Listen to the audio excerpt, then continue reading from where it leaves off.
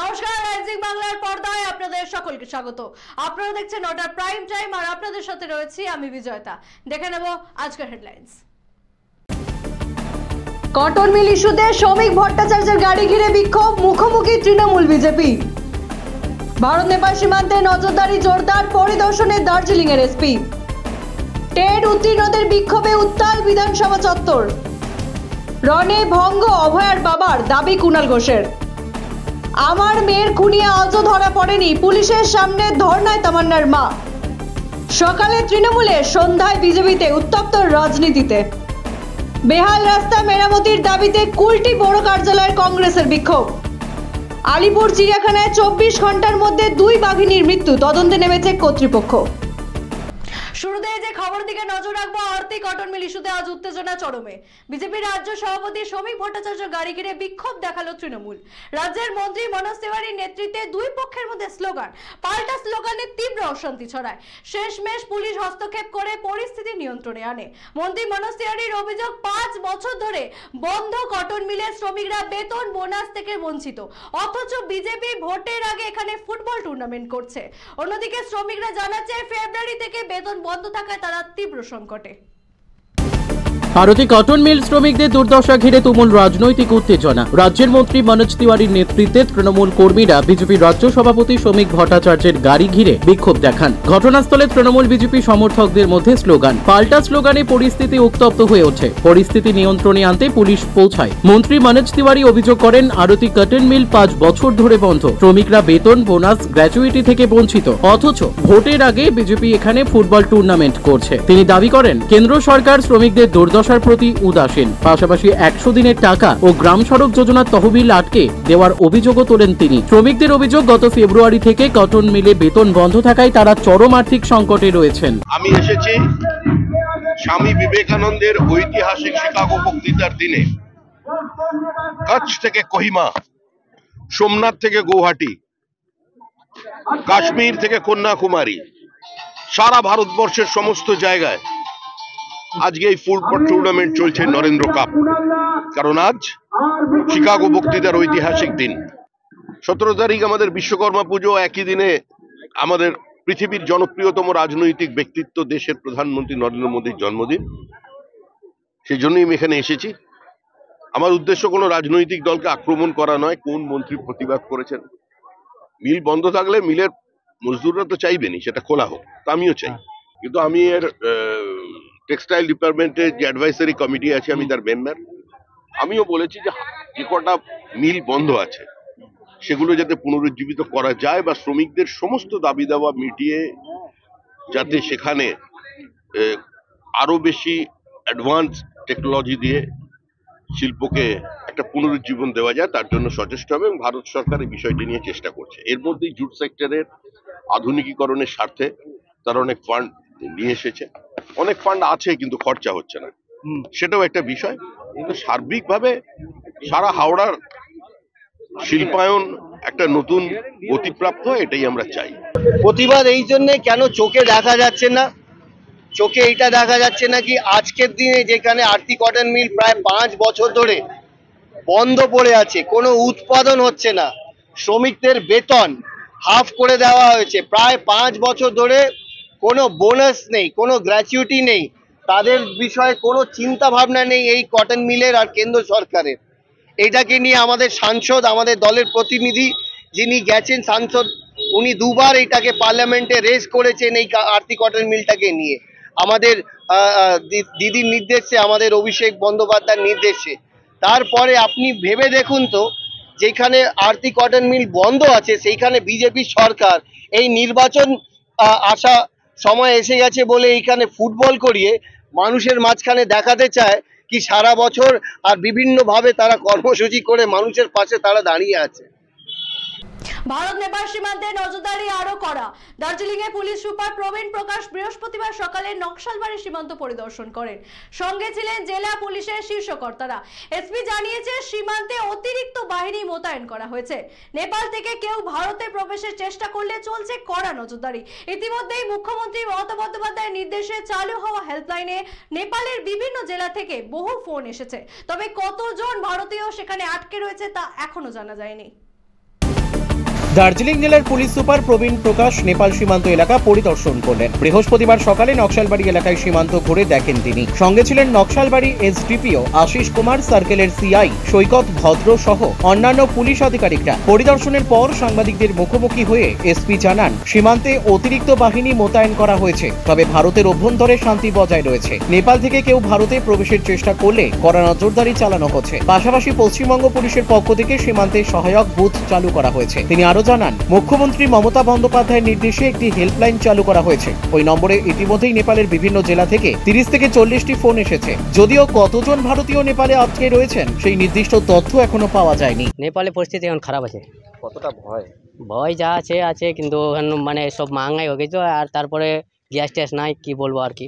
খাওয়া দাওয়ার হ্যাঁ অসুবিধা আছে, যা ছিল বাড়িতে খাইছি 2 দিন ভরে, আর এখন কিনা গেলে সব মাঙ্গাই না, গ্যাস নাই এই আর কি। মানে আমাদের পরিবার ওখানে মা বাবা বাড়িতে আছে, ভয় তো আছেই একটু। যখন যেখানে আগুন থাকে আর ভয় তো থাকবে না। इंडिया साइड में जो पीस था अभी भी एकदम वैसे ही का वैसे ही पीस है। एंड हम बस एक एक्स्ट्रा यहाँ विजिलेंस रखे हुए हैं नाका पे, और बाकी जो चेकिंग कर रहे हैं पुलिस का हम लोग, ताकि कुछ भी अनसोशल एलिमेंट जो नेपाल साइड से इंडिया में आने की कोशिश करेंगे ताकि हम उनको रोक पाएँ। इसके अलावा हम लोग एक पुलिस असिस्टेंस बूथ चालू कर रहे हैं वेस्ट बंगाल पुलिस के द्वारा। जो लोग वहाँ पे हमारे फंसे हुए हैं नेपाल साइड में, वो अगर आ रहे हैं, उनको जो असिस्टेंस चाहिए थोड़ा बहुत, मतलब काफ़ी दिन से फंसे हुए हैं, एक पैनिक सिचुएशन भी होता है उनके मन में, तो हम लोग एक असिस्ट करके उनको डेफिनेटली एक सांत्वना देंगे। एंड जो कुछ सर्विस दे सकते हैं हम लोग, वो थोड़ी देर में पुलिस असिस्टेंस बूथ चालू करने वाले हैं हम लोग यहाँ पे। টেট উত্তীর্ণদের বিক্ষোভে উত্তাল বিধানসভা চত্বর। ধর্মতলা থেকে মিছিল করে 144 ধারা ভেঙে বিধানসভা গেটের সামনে পৌঁছাতেই পুলিশের সঙ্গে ধস্তাধস্তি। টেনে হিজড়ে প্রিজন ভ্যানে তোলার চেষ্টা করলে কান্নায় ভেঙে পড়েন বিক্ষোভকারীরা। তাদের দাবি 2022 সালে টেট উত্তীর্ণ হওয়ার পরও 3 বছর কেটে গিয়েছে, কিন্তু নিয়োগ হয়নি। অবিলম্বে 50,000 শূন্য পদের নিয়োগ ও ইন্টারভিউয়ের তারিখ ঘোষণা করার হুঁশিয়ারি দিয়েছেন তারা। টেট উত্তীর্ণদের বিক্ষোভে উত্তপ্ত হলো বিধানসভা চত্বর। ধর্মতলা থেকে মিছিল করে 144 ধারা ভেঙে বিধানসভার গেটের সামনে পৌঁছাতেই পুলিশের সঙ্গে ধস্তাধস্তি শুরু হয়। বিক্ষোভকারীদের টেনে হিঁচড়ে আটকাতে গেলে কান্নায় ভেঙে পড়েন অনেকে। তাদের দাবি 2022-এ টেট উত্তীর্ণ হলেও 3 বছরে নিয়োগ হয়নি। অবিলম্বে 50,000 শূন্য পদে নিয়োগ ও ইন্টারভিউয়ের তারিখ ঘোষণার দাবি জানান তারা। অভয় বাবার মানহানি মামলায় আর শুনানি হলো কলকাতার ব্যাংশাল আদালতে। মামলা শেষে তৃণমূল নেতা কুণাল ঘোষের দাবি, প্রতিপক্ষের আইনজীবী কোনো প্রমাণই পেশ করতে পারেননি, বরং নিজেই ভিডিও প্রমাণ চেয়েছে আদালতের কাছে। কুণাল ঘোষের বিস্ফোরক দাবি, এটি শুধু সময় নষ্ট করার কৌশল। আদালতের নোটিশ পাওয়ার পরও প্রমাণ না দিয়ে রণে ভঙ্গ দিয়েছেন বলেও কটাক্ষ করেন তিনি। মামলার পরবর্তী শুনানি 19 নভেম্বর। অভয়ার বাবার বিরুদ্ধে দায়ের করা মানহানির মামলার শুনানি বৃহস্পতিবার অনুষ্ঠিত হয় কলকাতার 15 নম্বর ব্যাংশাল আদালতে। মামলার শেষে তৃণমূল নেতা কুণাল ঘোষ জানান, প্রতিপক্ষের আইনজীবী আদালতে অভিযোগের পক্ষে কোনো প্রমাণ উপস্থাপন করতে পারেননি, বরং তিনি নিজেই কি বলেছেন সেই ভিডিও প্রমাণ আদালতের কাছে চেয়েছেন। কুণালের অভিযোগ, এটি শুধু সময় নষ্ট করার কৌশল। আদালতের নোটিশ পাওয়ার পরও প্রমাণ না দিয়ে রণে ভঙ্গ দিয়েছেন বলে কটাক্ষ করেন তিনি। মামলার পরবর্তী শুনানি হবে 19 নভেম্বর। সিবিআই ঘুষ খেয়ে তদন্ত চেপে দিচ্ছে, রাজ্য সরকার টাকা পাঠাচ্ছে, আর কুণাল ঘোষ সিজিওতে গিয়ে সেটেল করেছে। তার বিরুদ্ধে মানহানির মামলা করেছিলাম। আমার আইনজীবী অয়ন চক্রবর্তী আজকে 15 নম্বর ব্যাংশাল কোর্টে 15 নম্বর বিচারকের এজলাসে শুনানি ছিল। অভয়ার বাবা আসেননি, তার আইনজীবী তারা ছিলেন। সবচেয়ে বড় কথা, আজকের এই শুনানির যে নির্যাস, সেটা হচ্ছে এই অভিযোগের সমর্থনে প্রমাণ দেওয়ার বদলে পিছিয়ে গেলেন। এ তো রণে ভঙ্গ দেয়া। কথাটা তো বলেছেন উনি, সাংবাদিকদের ডেকে ডেকে বলেন, একে বলেন তাকে বলেন, আর কোর্টে এসে ওনার আইনজীবীকে বলতে হচ্ছে, আচ্ছা একটু পেন ড্রাইভটা দেবেন, কি বলেছিলেন। আমার আইনজীবী অয়ন চক্রবর্তী বিস্তারিত পিটিশনে সব জানিয়ে রেখেছেন। তারপরেও সময় নষ্টর জন্য একবার যেগুলো উনি বলছেন, আমি এই প্রমাণ দিতে পারি, অমুক দিতে পারি, সেটা দেওয়ার তো হিম্মত হলো না। এখন এখানে এসে রণে ভঙ্গ দেওয়ার মতো টাইম কিল করা, সময় নষ্ট করা, আমি কি বলেছিলাম তারই ভিডিও চাইছি। আরে যেটা প্রমাণ করতে পারবেন না, বলেন কেন? নদিয়ার কালীগঞ্জে বোমা বিস্ফোরণে নিহত 9 বছরের তামান্নার পরিবারে বিক্ষোভে উত্তেজনা। বৃহস্পতিবার কৃষ্ণনগরে জেলা পুলিশ সুপারের দপ্তরের সামনে ধর্নায় বসেন তামান্নার মা। অভিযোগ, ঘটনার 82 দিন কেটে গেলেও চার্জশিট জমা হয়নি। 24 অভিযুক্তর মধ্যে এখনো 14 জন অধরা। তামান্নার মায়ের ক্ষোভ, অভিযুক্তরা প্রকাশ্যে ঘুরে বেড়াচ্ছে, অথচ পুলিশ দপ্তরে ঢুকতে বাধা দেওয়া হচ্ছে তাদেরই। পুলিশের ভূমিকায় ক্ষুব্ধ পরিবার ন্যায় বিচারের দাবিতে রাস্তায় বসে ধর্ণা চালান। নদিয়ার কালীগঞ্জে বোমা বিস্ফোরণে নিহত 9 বছরের তামান্নার পরিবার বৃহস্পতিবার কৃষ্ণনগরে জেলা পুলিশ সুপারের দপ্তরের সামনে ধর্নায় বসে। অভিযোগ, 82 দিন পেরিয়ে গেলেও এখনো চার্জশিট জমা দেয়নি পুলিশ। 24 অভিযুক্তের মধ্যে 14 জন এখনো অধরা। নিহত তামান্নার মা সাবিনা ইয়াসমিন অভিযোগ করেন, পুলিশ দপ্তরে ঢুকতে বাধা দেওয়া হয় আর অভিযুক্তরা প্রকাশ্যে ঘুরে বেড়াচ্ছে ও প্রাণনাশের হুমকি দিচ্ছে। 23 জুন উপনির্বাচনের ভোট গণনার দিন কালীগঞ্জের মোলান্দি গ্রামে ঘটে বোমা বিস্ফোরণের ঘটনা। তাতে গুরুতর জখম হয়ে মারা যায় শিশু তামান্না। পরিবার প্রথমে সিবিআই তদন্তের দাবি জানালেও পরে পুলিশের আশ্বাসে ভরসা রাখে, কিন্তু দীর্ঘ সময় কেটে গেলেও অভিযুক্তদের গ্রেপ্তার না হওয়ায় পুলিশের ভূমিকা নিয়েও ক্ষোভে ফেটে পড়ে পরিবার। এই অবস্থায় পুলিশ সুপারের দপ্তরে গিয়ে প্রবেশে বাধা পেয়ে রাস্তায় বসে ধর্নায় অংশ নেন তামান্নার মা ও পরিবারের সদস্যরা। আজকে এসপির সঙ্গে দেখা করতে এসেছিলাম। আজকে চার্জশিট দেওয়ার, কালকে 10 তারিখে চার্জশিট দেওয়ার কথা ছিল।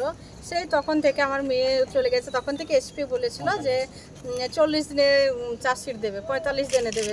তো এই করতে করতে তারপর 50 দিনে, 54 দিনে, 60 দিনে, আজকে আবার 82 দিন হচ্ছে। তো 10 তারিখে একদম পুরো ফাইনাল ডেট ছিল 10 তারিখে। 10 তারিখ পেরিয়ে গেছে, আজকে এসেছিলাম। আজকে 11 তারিখ হচ্ছে, আজকে এসেছি। আজকে এসপির সঙ্গে দেখা করতে এসেছি। তামান্নার মা বউ নিশ্চয়ই এসপির সঙ্গে দেখা করতে আসবে, তো একা আসবে না, নিয়ে আসবে কাউকে না কাউকে তো নিয়ে আসবে সঙ্গে। তো এখানে এসে ওনাদের পুলিশ দরজা বন্ধ করে দিল মুখের উপরে। কেন? ওদের বড় কেউ অর্ডার করেছে, অর্ডার আছে যে ভেতরে যাওয়া যাবে না, ওই জন্য দরজা বন্ধ করে দিল। আজকে তো এসেছিল প্রায় 82-84 দিন হয়ে গেল, পুলিশ এখনো পর্যন্ত অপরাধীদের গ্রেপ্তার করেনি।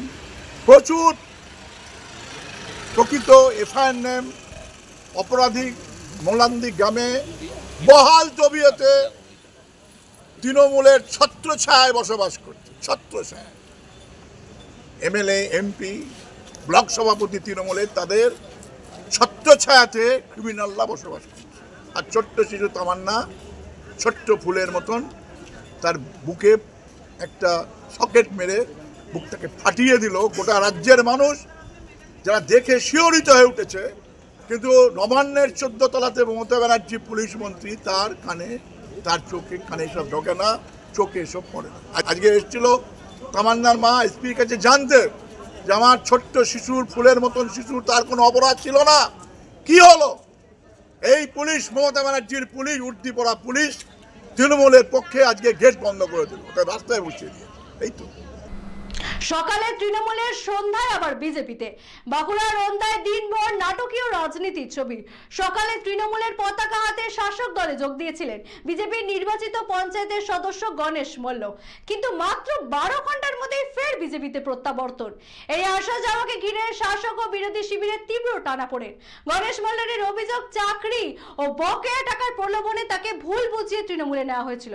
বিজেপির দাবি করছে, ফের দলে আসার পর তৃণমূল পুলিশের তার পরিবারকে হুমকি দিয়েছে। বাঁকুড়ার রন্দা ব্লকের চিঙ্গানি গ্রাম পঞ্চায়েতে দিনভর চলল রাজনৈতিক টানাপোড়েন।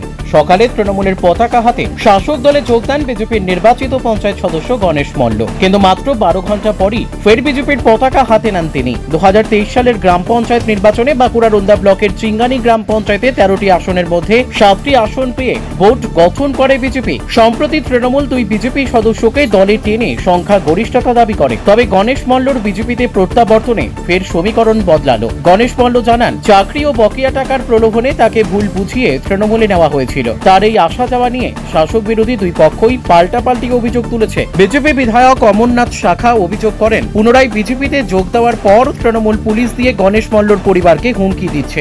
এই তো বিজেপির ছিল, তারাপদ পালের কাছে ডাক্তারে কাজ করেছে, বিগত 1 বছর যাবত 1 লাখ টাকার মতো পায়। বউ শরীর অসুস্থ, এদিকে বলেছে চন্ডিতা ও দাদা হয়, ওর ভাইও রয়েছে, তো ওরা ওদিকে বলেছে টাকার জন্য। চন্ডিতা বলেছে হ্যাঁ আমি বিকাল নাগাদ ব্যবস্থা করছি। এরপরে ও তারাপদ পালের কাছে টাকা পায়, তারাপদ পালকে ফোন করেছে, তারাপদ পাল বলছে ঠিক আছে আমি যাচ্ছি, তো টাকা আজকে ব্যবস্থা করে দেবো। এরপরে ওকে গাড়ি চাপিয়ে নিয়ে গেছে, বলছে টাকা আদায় করে দিতে হবে। তারাপদ পালের কাছে গেছে, যে যাওয়ার পর দেখছি বিভিন্ন লোকজন দেখে ভয় পেয়ে গেছে, যোগদান করে দিয়েছে। যোগদান করানোর পর যখন ভাই টাকার কথা বলেছে তখন টাকা নয়, সুপার স্পেশালিটি ডাইরেক্ট জয়েন করে দেবো। এবারে ও তো বুঝতে পেরেছে, ও তো আগে জানে, ও তো বিজেপি আজকে নয়, ও বিজেপি করতো, এখন মেম্বার হওয়ার জন্য আগে থেকে বিজেপি করে, ওদের পুরো ফ্যামিলি বিজেপি করে। এরপরে ও জানতে পেরে আমাকে বললো যে এরকম ব্যাপার, আমার ভুল বুঝি করেছে। আমি ভুল যখন বুঝতে পেরেছে তাহলে পার্টি অফিসে আসো, আমি তোমাকে আনতেও যেতে যাবো না, কোথাও যাবো না। পার্টি অফিসে এসেছে, নিজের ইচ্ছে ভুল করেছে এবং ও নিজেও জানে যে আজকে সুপার স্পেশাল কি হাল। 26টা ভ্যাকেন্সি বেরিয়েছিল, তার ভ্যাকেন্সি থেকে ওই 3 লাখ টাকা করে দিয়ে তৃণমূলের কাছে 3 লাখ টাকা করে নিয়ে তাদেরকে হচ্ছে পায়খানায় জল পরিষ্কার করা করেছে, সে রেকর্ড ভাইরাল হয়ে গেল। তাই এদিকে বিজেপিকে নিয়ে কি করবে সেটা বুঝাই যাচ্ছে। তার জন্য বললে চাকরি বেড়ে হবে, তার জন্য সে ফিরে এসেছে, ভুল বুঝিয়ে কাজকে নিয়ে যাওয়ার জন্য সে নিজের থেকে ফিরে এসেছে। আমি বিজেপিতে আছি, বিজেপিতে থাকবো। আমি আমার ভুল বুঝতে পেরেছি। আমি এসেই পার্টি অফিসে বসেছিলাম, কল্যাণদাকে ফোন করেছিলাম, কল্যাণদা এসে আমরা এসে সবাই যোগদান করলাম। কেন যোগদান কেন করতে হলো? আমি বিজেপিতে আছি, বিজেপিতেই থাকবো। আপনি আগে কোন দলে যোগদান করছেন? তৃণমূলে। কেন? জোর করে নিয়ে যাওয়া হয়েছিল, তারপর তো বলে এখানে পয়সা পাবো বলে আজকে দেওয়ার কথা ছিল। তারপর বেহাল রাস্তায় মেরামতির দাবিতে বৃহস্পতিবার বিক্ষোভে কংগ্রেস। পশ্চিম বর্ধমানে কুলটি বড় কার্যালয়ের সামনে ব্লক কংগ্রেসের উদ্যোগে কর্মসূচি হয়। বড় কংগ্রেস চেয়ারম্যানকে ঘিরে বিক্ষোভে উত্তেজনা ছড়ায়। কার্যালয়ে ঢুকতেও বাধা দেওয়া হয় তাদের। শেষ পর্যন্ত পুলিশের হস্তক্ষেপে পরিস্থিতির সামাল দেওয়া হয়। পরে কংগ্রেস কর্মীরা বড় চেয়ারম্যানদের হাতে স্মারকলিপি জমা দেন। পশ্চিম বর্ধমানের কুলটি ব্লক কংগ্রেস কমিটির উদ্যোগে আসানসোল পৌর নিগমের কুলটি বড় কার্যালয়ের মুখ্য গেটের সামনে আজ বিক্ষোভ দেখানো হয়। দীর্ঘদিন ধরে রাস্তার বেহাল অবস্থার অভিযোগ তুলে এই কর্মসূচি নেওয়া হয়। কুলটি বড় 8-এর চেয়ারম্যান রবিলাল টুডু ও বড় 9-এর চেয়ারম্যান চৈতন্য মাঝিকে ঘিরে বিক্ষোভে সামিল হন কংগ্রেস কর্মীরা। তাদের কার্যালয়ে ঢুকতে বাধা দেওয়া হয়। পরে নিয়ামতপুর ফাঁড়ির পুলিশ ঘটনাস্থলে গিয়ে আশ্বাস দিলে বিক্ষোভ শেষ হয়। শেষে কংগ্রেস কর্মীরা বড় চেয়ারম্যানদের হাতে স্মারকলিপি দেন।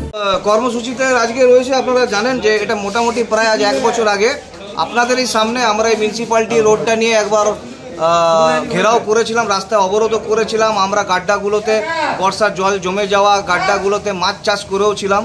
তো আজ এটা প্রায় 1 বছরের কাছাকাছি হতে চললো। তো এই রাস্তাটার কিন্তু মেরামত বা তৈরির কোনো আমরা মিউনিসিপ্যালিটি হোক, বড় অফিস হোক বা কর্পোরেশনের আন্ডার থেকে আমরা কিন্তু দেখতে পাচ্ছি। দুঃখের বিষয় হলো যে এই রাস্তাটা খুবই বিপজ্জনক অবস্থার মধ্যে রয়েছে, এটা সকলেই দেখছেন। সকলের যাতায়াতের জন্য খুব অসুবিধার মধ্যে পড়তে হচ্ছে।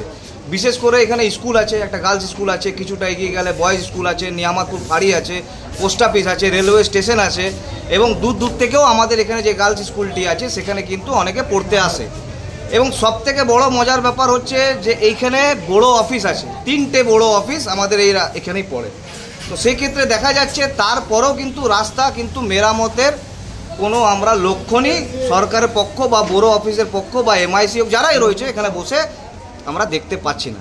ঢুকতে বলে না, মানে একদম অসভ্য ভাষায় কথা বলছে, আর যে কথাগুলো এখানে কোনো যুক্তি নাই সেই কথাগুলো বলছে। আচ্ছা বলুন তো, আমরা কি নিয়ে আসবো, কি করব, এই কথাটা ওদের বলার এখানে কোনো প্রসঙ্গ আছে? আমরা নিজের মোটরসাইকেল নিয়ে সেখানে দাঁড় করালাম, ওদের চোখের সামনে বলছি। ওরা বলছে যে আমরা 4 চাকা নিয়ে ঘুরে বেড়াচ্ছি। আমরা 4 চাকা নিয়ে এসেছি, ওরা দেখলো তো। আর দ্বিতীয় কথা, ওই যে রাস্তাটার ব্যাপারে ওরা বলছে সেই রাস্তাটার ব্যাপারে ওরা জিজ্ঞাসা করুক আমাদেরকে থ্রেট করছে। থ্রেট করার কে মশাই? আর দ্বিতীয় কথা, এইভাবে কি গেট জাম করার কথা বটে? আপনি গেলেন, এটা সরকারি দপ্তরের, আপনি গেলেন, আপনাকে ঘিরে বিক্ষোভ, একদম ঘিরে বিক্ষোভ এবং অসভ্য ভাষায় কথা বলছে, যে কথাগুলো বলা উচিত নয় কোনোদিন। ডেপুটেশন দিচ্ছে, আশ্বাস দিচ্ছে, কাজ হচ্ছে না, সেটা আগে দেখুক খতিয়ে। এটা তো দেখতে হবে, সরকারি প্রসিডিওর আছে, তো প্রসিডিওর মেনটেন্স করেই তো কাজ হবে। এই রাস্তা 33 লক্ষ টাকা বরাদ্দ হয়ে গেছে, টেন্ডারে চলে গেছে, জানে? সেটা খবর আছে ওদের কাছে, খবর নিতে হবে। রাজনীতি করতে গেলে শুধু ঝান্ডা ধরে কারোর বিরুদ্ধে দাঁড়িয়ে দিয়ে হবে না। আলিপুর চিড়িয়াখানায় 24 ঘন্টার মধ্যে 2 বাঘিনীর মৃত্যুতে চাঞ্চল্য। মৃতদের মধ্যে রয়েছেন 21 বছরের সাদা বাঘিনী রূপা ও 17 বছরের ডোরাকাটা বাঘিনী পায়েল। উভয়ই দীর্ঘদিন ধরে বার্ধক্যজনিত অসুস্থতায় ভুগছিলেন বলে জানিয়েছে কর্তৃপক্ষ। তবে আকস্মিক মৃত্যু ঘিরে ধোঁয়াশা কাটেনি। ইতিমধ্যেই 3 সদস্যের মেডিকেল টিম তৈরি করা হয়েছে।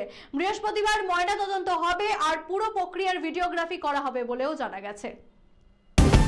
24 ঘন্টায় আলিপুর চিড়িয়াখানায় পরপর দুদিনে দুটি বাঘিনীর মৃত্যু হয়েছে। এই আকস্মিক মৃত্যুর কারণ জানতে একটি তদন্ত কমিটি গঠন করা হয়েছে। এই ঘটনায় চিড়িয়াখানা জুড়ে চাঞ্চল্য ছড়িয়েছে এবং মৃত্যুর কারণ ঘিরে তৈরি হয়েছে ধোঁয়াশা। বৃহস্পতিবারই আলিপুর পশু হাসপাতালে মৃত বাঘিনী দুটির ময়না তদন্ত হবে। এই ঘটনায় ইতিমধ্যেই 3 জন পশু চিকিৎসককে নিয়ে একটি টিম বানানো হয়েছে, যারা এই ময়না তদন্ত করবেন। পুরো প্রক্রিয়ার ভিডিওগ্রাফি করা হবে বলে সূত্রের খবর। মৃত বাঘিনী দুটির মধ্যে একজন 21 বছর বয়সী সাদা বাঘ রূপা, যার জন্ম আলিপুর চিড়িয়াখানাতে। অন্যজন 17 বছর বয়সী ডোরাকাটা বাঘ পায়েল, যাকে 2005 সালে ওড়িশা থেকে আনা হয়েছিল। চিড়িয়াখানা কর্তৃপক্ষ জানিয়েছে উভয় বাঘিনী বার্ধক্যজনিত অসুস্থতায় ভুগছিল। সম্ভবত সেই কারণেই তাদের মৃত্যু হয়েছে, তবে মৃত্যুর সঠিক কারণ এখনো নিশ্চিত নয়। আমাদের তো আপনাদের কথা শুনে মনে হচ্ছে, আর এই যারা আপনাদের বলেছি যে তাদের বয়স হয়েছে, আমার তো মনে হয় কর্তৃপক্ষের বয়স হয়ে গেছে অনেক বেশি। তারা হেরিটেজে পরিণত হয়ে গেছে, ফসিলে পরিণত হয়েছে। তার কারণ বাঘের যে পর্যাপ্ত পরিমাণের খাদ্য, সুরক্ষা, মেডিকেল এডের ব্যবস্থা, এগুলো যে প্রয়োজন লাগে এই কর্তৃপক্ষ জানে না, এবং ভ্যান করে পাঠাতে ব্যস্ত পশু এই চিড়িয়াখানা কর্তৃপক্ষ। রাজ্য সরকার কখনো জমি বেচতে ব্যস্ত, এইসব করলে কি আর পশু যারা রয়েছে এখানে তাদের ব্যবস্থা ঠিক মতন হবে, তাদের দেখভাল কি হবে? তাদের তো কম্প্রোমাইজ হচ্ছে। আমরা রাজ্য সরকার বন দপ্তরের কাছে অনুরোধ করব যে আপনারা সবাইকে ডাকুন এখানে, এটা সকলের জীব। এই চিড়িয়াখানা 150 বছরের উপরে চিড়িয়াখানা। আমরা জানি প্রত্যেকটা বাচ্চা থেকে সমস্ত বয়স্ক মানুষের এইটা আবেগ জড়িয়ে রয়েছে চিড়িয়াখানার সাথে। এই চিড়িয়াখানার আবেগ নিয়ে ভাই দয়া করে চিড়িয়াখানা খেলবেন না। আজকের মতো এই পর্যন্তই। ফিরে আসবো আগামী দিন ঠিক এই সময়। চোখ রাখুন রাইজিং বাংলার পর্দায়। দেখি বাংলার মুখ।